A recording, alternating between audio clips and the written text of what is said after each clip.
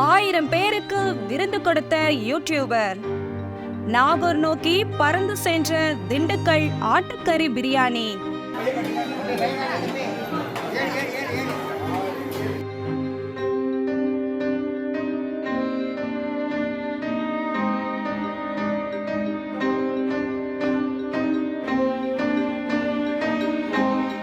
திண்டுக்கல்லை சேர்ந்த சாகுல் ஹமீத் என்ற யூடியூபர் மிலாடி நபி தினத்தை முன்னிட்டு 1000 ஏழை எளிய மக்களுக்கு தன்னுடைய சப்ஸ்கிரைபருடன் இணைஞ்சு கல்யாண விருந்து மாதிரி திண்டுக்கல் ஸ்பெஷல் ஆட்டுக்கறி பிரியாணி கொடுத்திருக்காங்க.